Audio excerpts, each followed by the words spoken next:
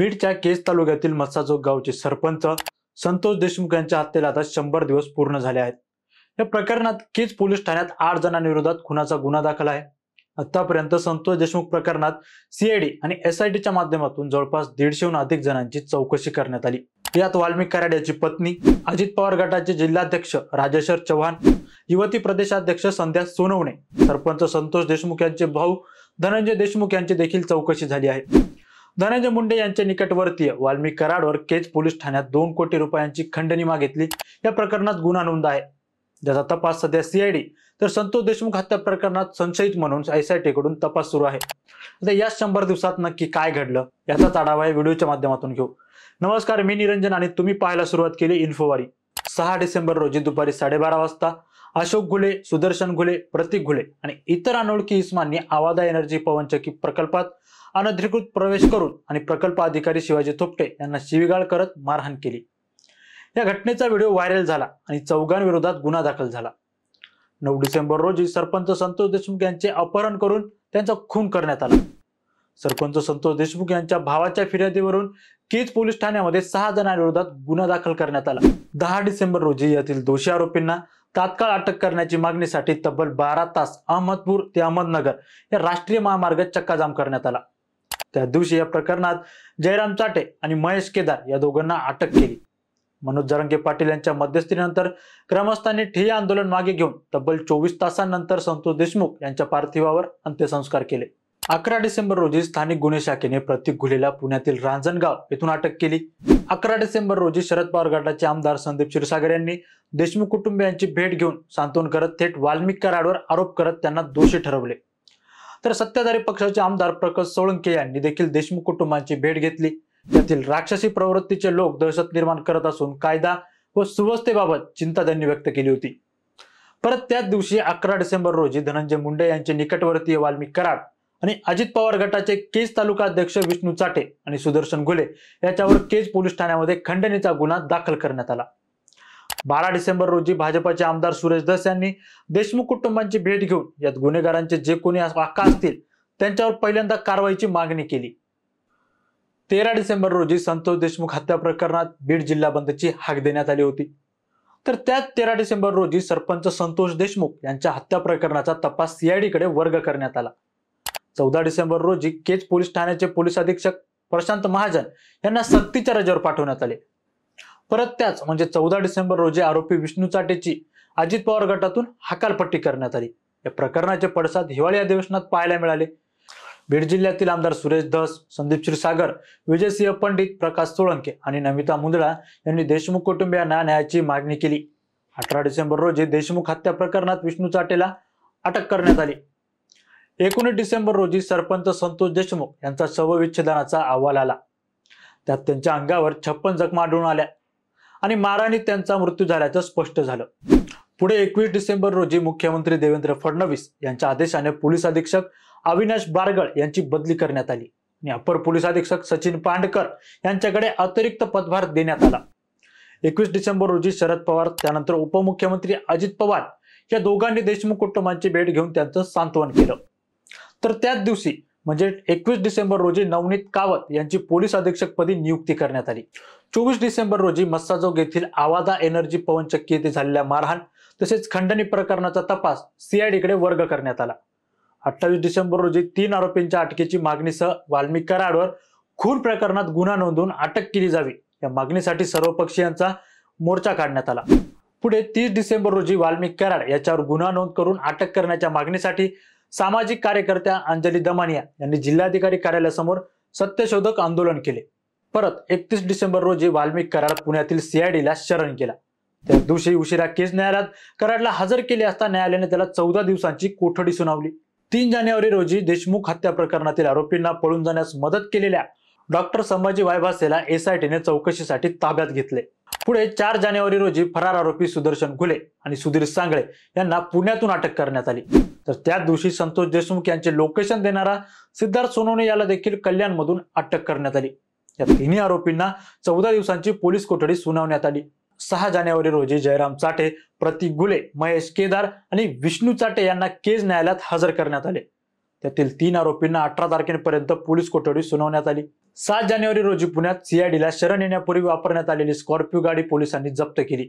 10 जानेवारी रोजी विष्णू चाटेला संतोष देशमुख हत्या प्रकरणात चौकशीसाठी घेण्यासाठी सीआयडीने न्यायालयात अर्ज केला. पुढे 11 जानेवारी रोजी देशमुख हत्या प्रकरणातील आरोपींवर मकोका अंतर्गत कारवाई करण्यात आली. 16 जानेवारी रोजी वाल्मिक कराडला एसआयटीने ताब्यात घेतले. पुढे 18 जानेवारी रोजी देशमुख हत्या प्रकरणातील सर्व आरोपींना व्हिडिओ कॉन्फरन्सिंगद्वारे न्यायालयात हजर करण्यात आले. 22 तारखेला वाल्मिक कराड व्हीसीद्वारे न्यायालयात हजर. 27 तारखेला सुदर्शन गुलेला 5 दिवसांची एसआयटी कोठडी, तर 31 तारखेला सुदर्शन गुलेला 14 दिवसांची न्यायालयीन कोठडी सुनावण्यात आली. पुढे 4 फेब्रुवारी रोजी वाल्मिक कराड याची 14 दिवसांची न्यायालयीन कोठडी पुन्हा वाढवण्यात आली. आणि त्याच्या दुसऱ्या दिवशी म्हणजे 5 फेब्रुवारी रोजी आष्टी मतदारसंघातील उद्घाटन कार्यक्रमात संतोष देशमुख हत्या प्रकरणातील आरोपीला कडक शासन करणार असल्याचं जाहीर भाषणात सांगितले. 5 फेब्रुवारी रोजी वाल्मिकच्या बातम्या का बघतोस असं म्हणत कृष्णा आंधळेच्या वैजनाथ बांगर आणि अभिषेक सानप या दोघांनी शंकर मोहिते नावाच्या व्यक्तीला मारहाण केली. त्याच्या 2 दिवसानंतर 7 फेब्रुवारी बीड जिल्ह्यातील अवैध वाळू उपसा राकेश वाहतूक गौण खनिज उत्खननाला संदर्भात जिल्हाधिकारी कार्यालयात बैठक घेतली. 7 फेब्रुवारी रोजी सुरेश दस यांनी आका आणि आकाच्या सहकाऱ्यांचे नार्को टेस्ट करण्याची मागणी केली. त्याच्या दुसऱ्या दिवशी म्हणजे 8 फेब्रुवारी रोजी सुदर्शन घुले याचा मोबाईल मधील डाटा रिकव्हर करण्यात आल्याची माहिती धनंजय देशमुख यांनी दिली. 11 फेब्रुवारी रोजी सरपंच संतोष देशमुख यांची कन्या वैभवीने 12वी परीक्षेचा पहिला पेपर दिला. आणि त्याच दिवशी 11 फेब्रुवारी रोजी संतोष देशमुख हत्या केल्यानंतर आरोपी धाराशिवच्या वाशीमधून पळाल्याचे सीसीटीव्ही फुटेजमध्ये समोर आले. त्याच्या 2 दिवसानंतर 14 फेब्रुवारी रोजी वाल्मिक कराडची बी टीम कार्यरत असल्याचे आरोप धनंजय देशमुख यांनी केले. त्याच दिवशी संतोष देशमुख यांच्या पत्नी अश्विनी देशमुख यांना संस्थेवर नोकरीसाठीचे पत्र देण्यात आले. यावर कुटुंबासोबत चर्चा करून काय असेल ते कळवू असं धनंजय देशमुख म्हणाले. 14 फेब्रुवारी रोजी सुरेश धस आणि धनंजय मुंडे यांची भेट झाल्याची माहिती समोर आली. 15 फेब्रुवारी रोजी आमदार सुरेश धस यांनी पत्रकार परिषद घेत परळीत 73 कोटी रुपयांचा घोटाळा केल्याचा आरोप केला. तसेच 877 कोटी रुपयांच्या कामाची चौकशी करण्याची मागणी देखील त्यांच्याकडून करण्यात आली. पुढचा दिवस म्हणजे 15 फेब्रुवारी रोजी धनंजय मुंडे यांनी मनोज जरांगे पाटील यांची भेट घेतली. आणि त्याच दिवशी म्हणजे 15 फेब्रुवारीला बीड जिल्ह्यातील राष्ट्रवादी शरद पवार गटाची कार्यकारिणी ही बरखास्त करण्यात आली. त्याचा पुढचा दिवस म्हणजे 16 फेब्रुवारी रोजी संतोष देशमुख हत्या प्रकरणातील फरार आरोपी कृष्णा आंधळेची संपत्ती पूर्णपणे जप्त करण्याचे आदेश देण्यात आले. 16 फेब्रुवारी रोजी मंत्री धनंजय मुंडे यांच्या आईबाबत सोशल मीडियाच्या माध्यमातून अजय मुंडे यांनी सायबर सेलमध्ये तक्रार दाखल केली. 17 फेब्रुवारी रोजी मस्साजोग ग्रामस्थांनी महत्वाची बैठक घेतली आणि या बैठकीत 9 मागण्या त्यांनी प्रशासनासमोर ठेवल्या. पुढचा दिवस 18 फेब्रुवारी रोजी खासदार सुप्रिया सुळे आणि जितेंद्र आव्हाड यांनी मस्साजोग येथे देशमुख कुटुंबियांची भेट घेतली. संतोष देशमुख यांची हत्या वेगळ्याच कारणातून झाल्याचे दाखवण्याचा कट असल्याचा आरोप या दिवशी केला गेला. 21 फेब्रुवारी रोजी मनोज जरांगे यांनी देशमुख कुटुंबियांची भेट घेतली. पुढचा दिवस 22 फेब्रुवारी रोजी आमदार सुरेश धस यांनी संतोष देशमुख यांच्या कुटुंबियांची मस्साजोग येथे परत एकदा भेट घेतली. त्याच्या 2 दिवसांनंतर म्हणजे 24 फेब्रुवारी रोजी धनंजय देशमुख यांनी बीड पोलीस अधीक्षकांची भेट घेतली. त्याच दिवशी गावकऱ्यांनी बैठक घेत 25 व 26 तारखेला अन्नत्याग आंदोलन करण्याची घोषणा केली. 25 फेब्रुवारी रोजी मस्साजोग ग्रामस्थांनी अन्नत्याग आंदोलन सुरू केले व आंदोलनासाठी मनोज जरांगे पाटील देखील उपस्थित होते. आता 26 फेब्रुवारी रोजी अन्नत्याग आंदोलनाच्या दुसऱ्या दिवशी खासदार संजय सोनवणे अन्नत्याग आंदोलनामध्ये सहभागी झाले.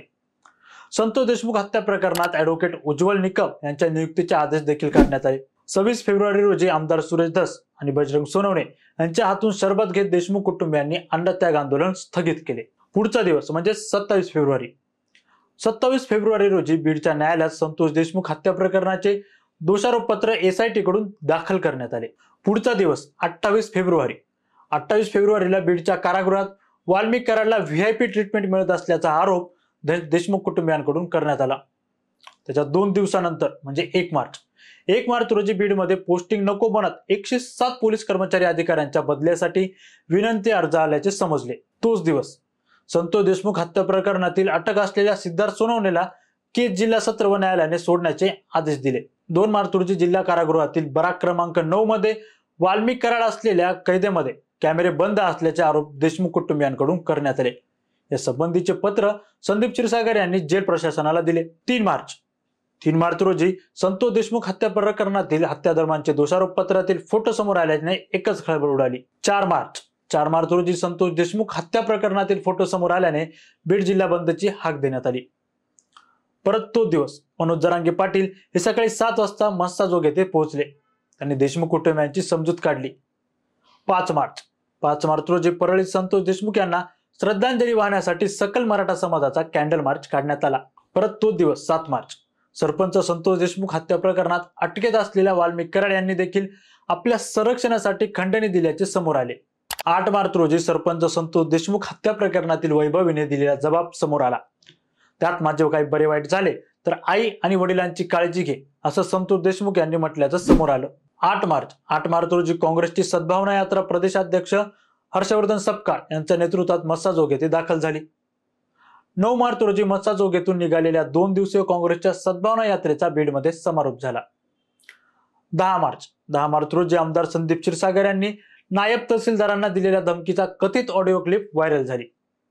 पुढचा दिवस 11 मार्च रोजी आमदार प्रकाश सोळंकी यांच्या निकटवर्तीय सुशील सोळंकी याचा मारहाण करतानाचा व्हिडिओ व्हायरल झाला. परत तोच दिवस 11 मार्च रोजी वाल्मिक कराड असलेल्या बीड शहर पोलीस ठाण्याच्या कोठडीच्या सीसीटीव्ही फुटेजची धनंजय देशमुख यांच्याकडून मागणी करण्यात आली. 12 मार्च रोजी विडा येथील होळी निमित्त निघणाऱ्या गर्ददिंड रद्द करण्याचे गावचे सरपंच सूरज पटाईत यांनी माहिती दिली. परत तो दिवस 12 मार्च रोजी धनंजय मुंडे यांचा साडू दादा खिंडकर याचा मारहाणीचा व्हिडिओ व्हायरल झाला. 12 मार्च रोजी चार्जशीट दाखल झाल्यानंतर प्रथमच केस न्यायालयात सुनावणी.